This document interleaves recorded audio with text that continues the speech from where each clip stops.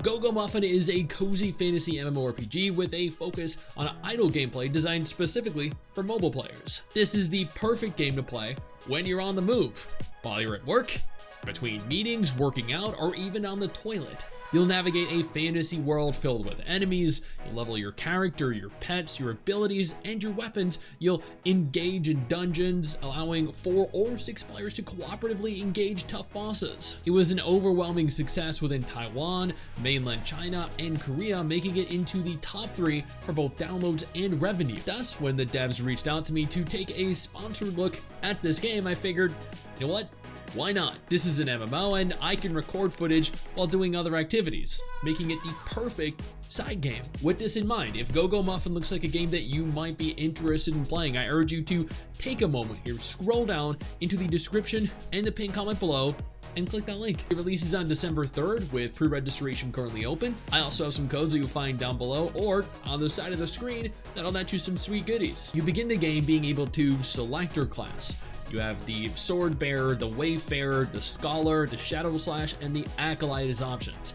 After selecting your class, you'll customize your character. Each class has different customization options, after which you'll be greeted by a small introduction to the game, explaining game mechanics. Go Go Muffin, as the name implies, is a pretty chill, relaxing game. Since this is an idle MMO, you can choose to play it or let it play for you. You can manually select your abilities towards the bottom right of the screen, or let the AI take control so you don't have to, all while continuing to accumulate XP and other resources while not logged in or AFK. With this, you won't ever fall behind. Whether you play or not, you will always be making progress. Being an idle game is not a detriment, however.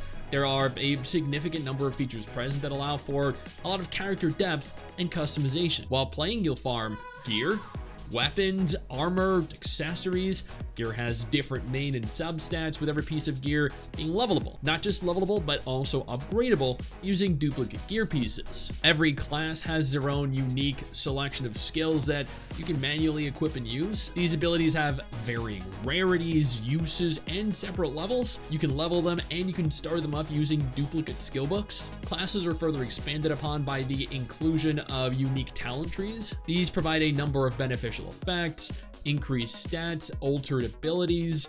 You also have 3 talent trees per class, meaning that you can make some very powerful combinations if done correctly. If that isn't enough though, you also have your own pet. I opted for the blue iris because, I mean, honestly, it's the cutest. These creatures have their own abilities, their own stats, their own levels and utility, making finding and leveling the right Malamon imperative.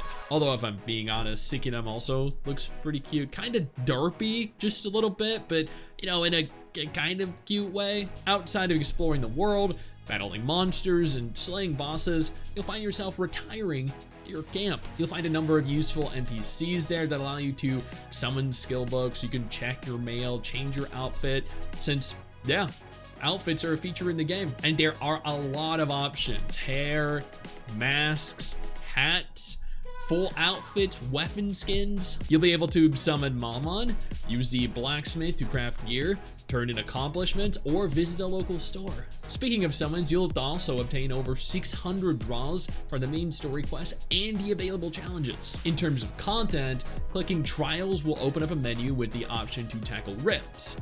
These are boss fights that you can do either with a group of other players or with an AI team of mercenaries. You'll be able to farm pretty sick gear this way. There are perilous trials. This is a type of co-op content that definitely requires other players and rewards you with some sick goodies. The dragon bounty, the waves of horror, recollections of the final battle. Evidently, there is a whole lot to do outside of the main story and exploration. Once again, Go Go Muffin is launching on December 3rd onto Android and iOS. So if you're looking for something to play, well, not at home, well, busy, literally anywhere else with whatever else, where you can progress without even logging in, then I urge you to give this a try. Once again, you can pre-register right now using that link down below.